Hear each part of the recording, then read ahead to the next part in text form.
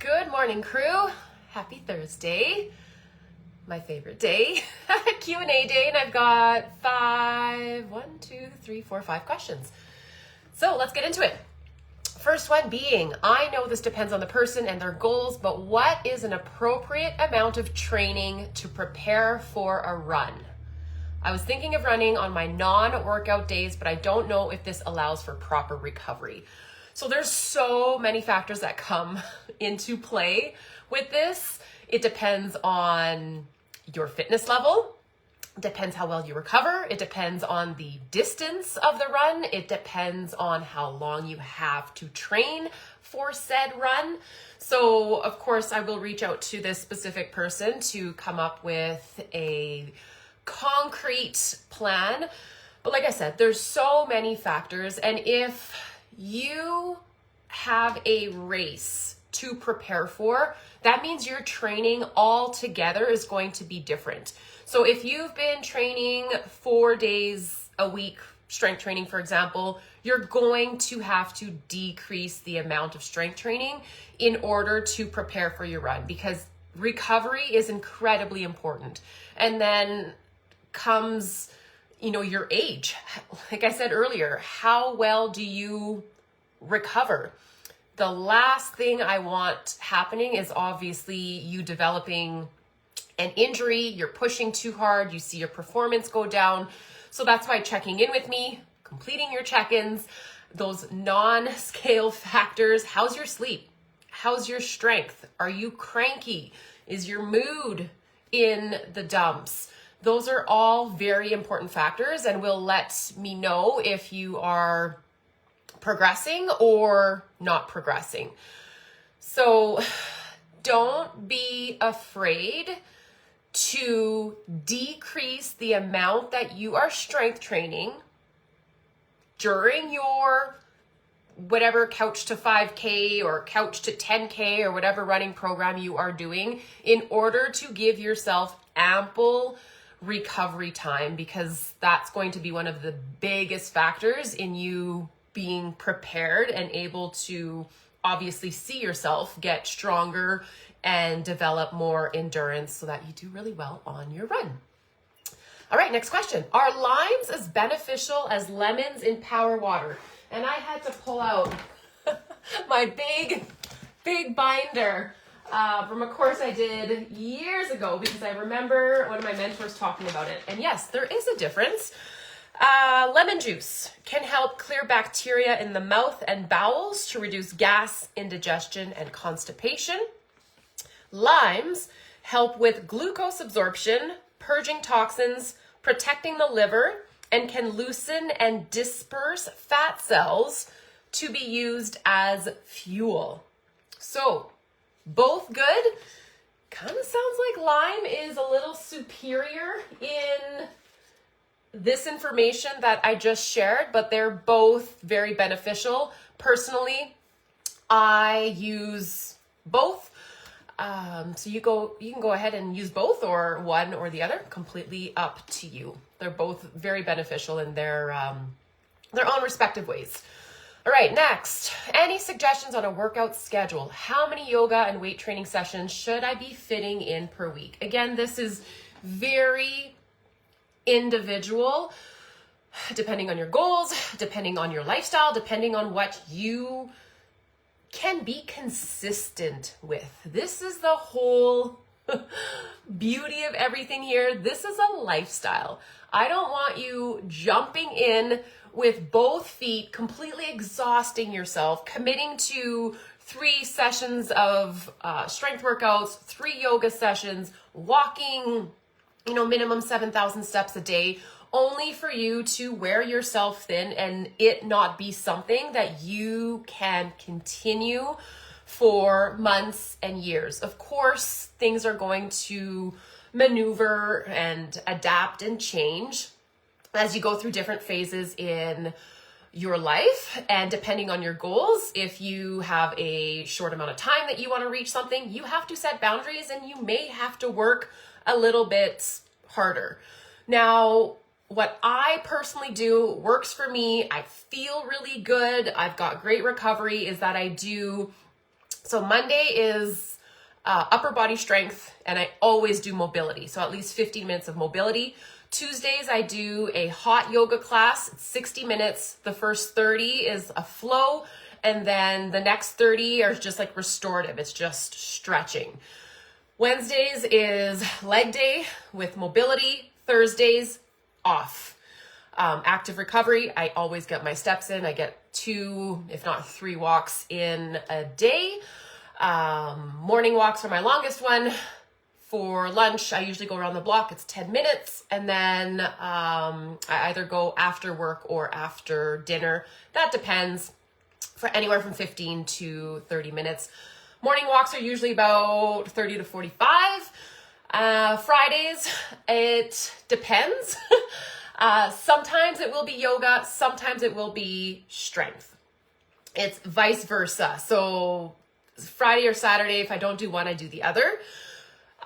So one of them is going to be a full body strength workout. And I should say, like, my workouts are 45 minutes. If I go to the gym with Rob, then it takes a little bit longer because we're going back and forth. We're filming content, so it does take me a little bit longer. But I do between 4 to 5 different exercises, 2 to 3 sets per exercise, if that helps you out. And then on Sundays, I do just a restorative yoga class. So it's not a flow. It is basically spent on my back doing some stretching or in a seated position. So personally, that's what works for me. I feel really good. My body composition, I'm really happy about. Now, if you are aiming for fat loss, it's quite possible that you will need to be more active, meaning your overall movement. So that could include a little bit of cardio. That could include more steps, like up 10,000 upwards. If you want to be successful on a fat loss journey, like, it requires work. Does that mean you have to keep doing that work for the end of time? No, typically we can scale back some of that movement, but just know that, yes, it's definitely a different level of commitment to reach a certain goal if you have a time frame on it. If you let go of the time frame, then and you just keep working on yourself, of course, like we all are, then obviously we make it work for you. I will be completely realistic and have that conversation with you as to if I think you're doing enough or you're not doing you're doing enough or not doing enough. All right, moving on. What are your thoughts on prebiotics? I'm considering trying one, but I don't know what to look out for. Thoughts? So I have never, ever suggested a prebiotic for anybody. We can easily get prebiotics from food. Think fiber, so think fruits, vegetables, whole grains. Those are prebiotic foods. I have taken so many nutrition courses,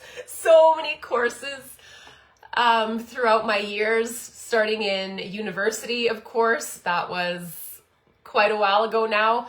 Not once has one of my teachers or mentors mentioned taking a prebiotic supplement, just because it's so easy to get your prebiotics through food. So just my 2 cents. All right, last but not least. Oh man, I am struggling to meditate. Either I keep hearing my kids or I keep running through lists to get done. Any suggestions would be helpful. Thanks. So I went through this. I don't have kids. I have a dog who's probably just as annoying, if I'm being completely honest.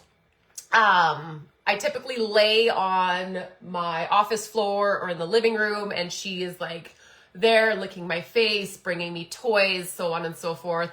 If I go in my bedroom, I close the door, she's at the door, scratching at the door. So I can relate to this. If you communicate with them that mom needs 5-10 minutes of quiet time, I'm sure we've all told our kids, like, it's quiet time. If you express that to them, And the more often you do it, because meditation is a practice of meditation. We don't just do it when we're feeling, I was going to say nervous, when we're feeling anxious, overstimulated, overwhelmed, whatever it might be. Like, this is something that should be in your toolbox, your repertoire, that is done on a daily or every second day basis. So communicating that with your family, your loved ones, investing in a pair of headphones, noise canceling headphones can be helpful.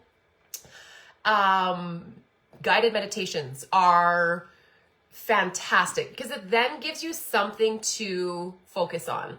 But just know that there is nothing wrong with you having a million thoughts going through your head. I like to picture them as clouds. So these thoughts come, into my head and then they like float away. You are there to just like recognize what is going on in your brain. You're not going to meditate and just think about nothing. That's not what meditation is. It's called a practice for a reason. And I remember when I first started years ago that I was so overstimulated, used to just being go, go, go, go, and just not having my phone or conversations, that I didn't know how to relax. And I was telling this client that my eyes, I couldn't even close them. They would just like flutter. I was like, oh my gosh, this is not a good thing. So I actually had to lay there with my eyes open and focus on my breathing. And I would just focus. I would say to myself, breathe in. And I would say to myself, let it go. Breathe in. Let it go. And if you focus on your breathing, then that is somewhat of a distraction from your list of things to get done.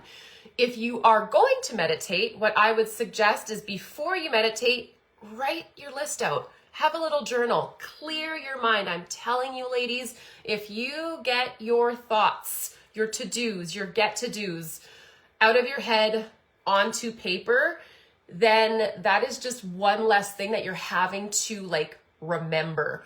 That it's almost like closing that loop. There's open loops and closed loops. If you've never heard of that, you can look it up, but it's almost like closing that loop. So try that out as well. And as I mentioned, some guided meditations are great. And I will actually start sharing some guided meditations in the group chat for you to experiment with. I love Boho Beautiful. She's more of a yoga individual on YouTube, but she's got some great meditations as well. If anybody else has a favorite guided meditation or a meditation app or any meditation tool that they would be willing to share, then I welcome all suggestions. So that is it for today. Have a great day, ladies. Talk to you soon.